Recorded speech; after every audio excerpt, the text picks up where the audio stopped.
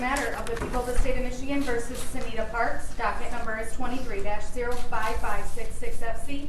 Will the parties please place your appearances on the record? Jerry Faber on behalf of the people. Charles Clapp on behalf of Mr. Parks. Good afternoon, Mr. Parks. Good afternoon, Council.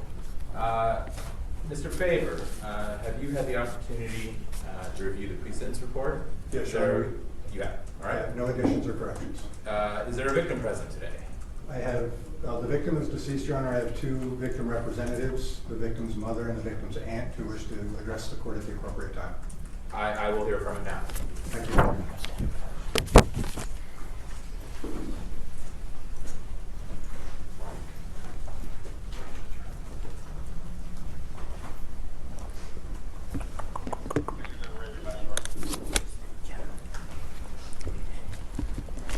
All right. I'm Sharday Coleman. And yeah, just start off on the stick. Didn't spell your name for us. CHARDACOLEMAN. I'm the aunt of Khalise Brewer. Before I begin, I want to thank everyone who has played a part in this case over the last 3 years. The horrific details of Khalise's murder are ones that no one should ever have to experience. It's 1:51 on a Thursday.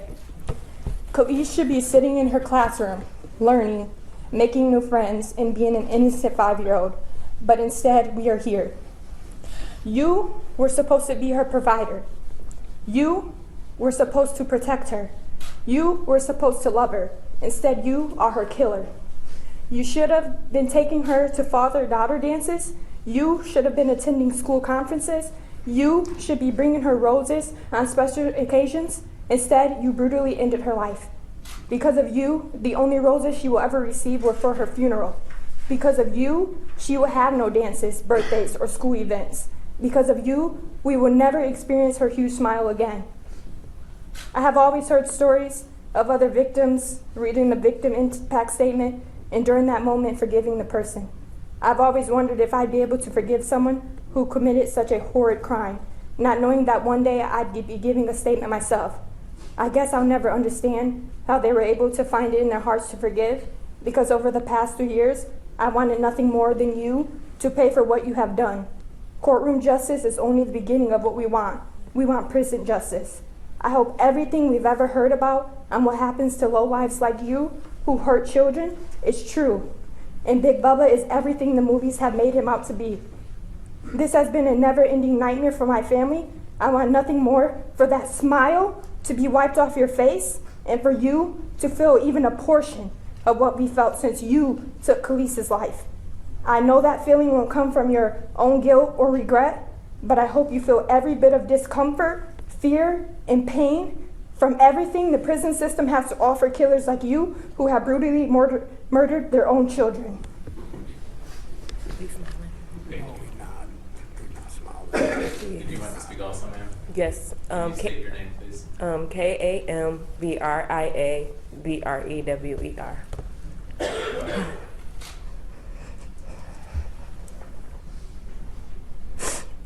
I was smart, loving, happy, beautiful, and kind. I had a smile and laugh that could brighten an entire room. Although I was mommy's first, she changed for me. After a while, I was no longer the only child. Mom had Kylie, and we barely even got 2 weeks together. You took me away from them. Khalise meant the world to me, my first child, my first heart, my first everything. She was precious, goofy, giggly, and bossy. Once she came into my life, everything changed for the better. You, Seninta Parks, took her away from me. For months, I hated myself. For years, I second-guessed everything in my life. I couldn't even bring myself to trust anyone with Kylie because her father, the person who had a duty to protect, killed her.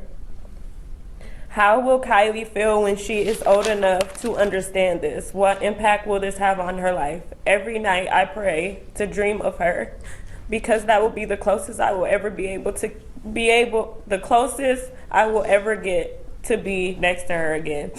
And I hope that in my dream, her face is just as beautiful as it was when I dropped her off and not scarred from the shot you fired into her eye.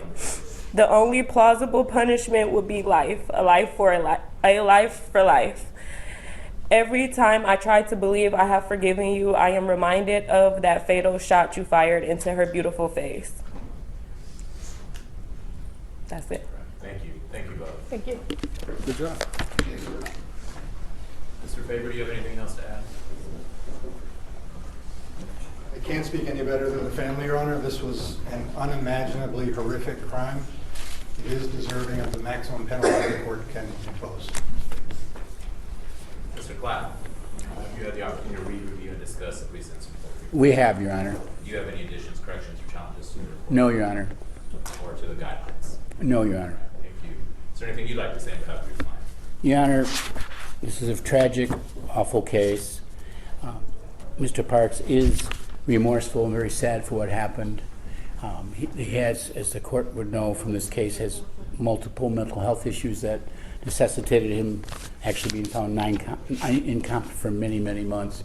I ask court to take that into consideration in your sentencing. Next, we'll go to you, Mr. Parks.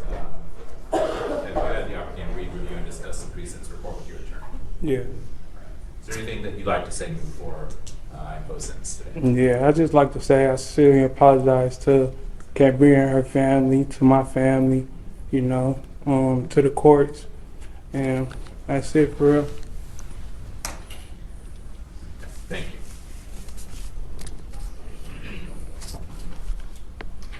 So we have here a 3 counts of no contest plea to count 1 amended second-degree murder, count 3 no contest to weapons, firearms, possession by a felon, and count 4 no contest weapons, felony, firearm. I'll just note that the count 1 has a life maximum term, count 3 has a 5-year maximum term, and count 4 has a 2-year flat, which is basically a minimum 2, maximum 2-year term. We've heard from our victim representatives today. You, sir, have 2 prior felonies. You were in the juvenile court system. You have 1 prior term in prison. You were on parole at the time that this happened. The upside is you've gotten your GED, but certainly the prior felonies are significant because they relate to firearms and your use and misuse of firearms. So we'll get into that more in just a moment. But looking at the guidelines, count 1 had a 270 to 450 month guideline range. Count 3 has a 19 to 30 month guideline range, and then count 4 has a flat 2-year term, so minimum 2-year, maximum 2-year term. Parties did reach a sentencing agreement in the sense of no contest to amended count 1, 3, and 4, dismissing counts 2, 5, and the habitual offender count. And sir, looking back to February 9 of 2022, you shot and killed your 2-year-old daughter. You shot her in the eye. You were both naked in the bed where this occurred. And you shot another bullet that went in the downstairs area and could have killed your neighbor. Well, luckily it didn't. But it's, you know, the overlap here of just, you know, abuse, and not just having firearms, but the abuse of firearms is horrendous. And it's a horrendous fact pattern. In this case, it was painful to read the facts. Cause of death was gunshot wound to Khalise's head. Manner of death is homicide. The shot was fired approximately 4 feet away. I really couldn't imagine a more difficult fact pattern to work through in the type of case.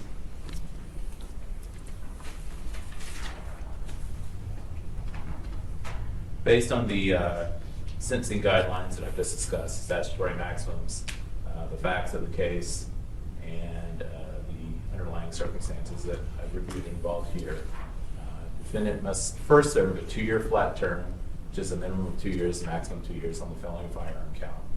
He's entitled to 3 days credit for that. Concurrent with the felony firearm, he will serve 24 months to 5 years in MDOC on the firearms possession by a felon. He's entitled to 3 days credit for that. Consecutive to the felony firearm and concurrent with the firearms possession by a felon, defendant will serve a sentence of 396 months, which is 33 years, to 720 months, which is 60 years, in MDOC for second-degree murder. Defendant's not entitled to any credit, and all of these are consecutive to parole. I will add $204 in state costs, $150 in crime victim assessment. Court costs, just noting that our average cost for a criminal case in King County is $1,861, and so the imposition of 1,000 court costs is appropriate in this case. I will order a $500 fine. This is the final sentence of the court. You will receive a form that explains your rights. Thank you, sir. Thank you, Your Honor. Yep. No, you don't.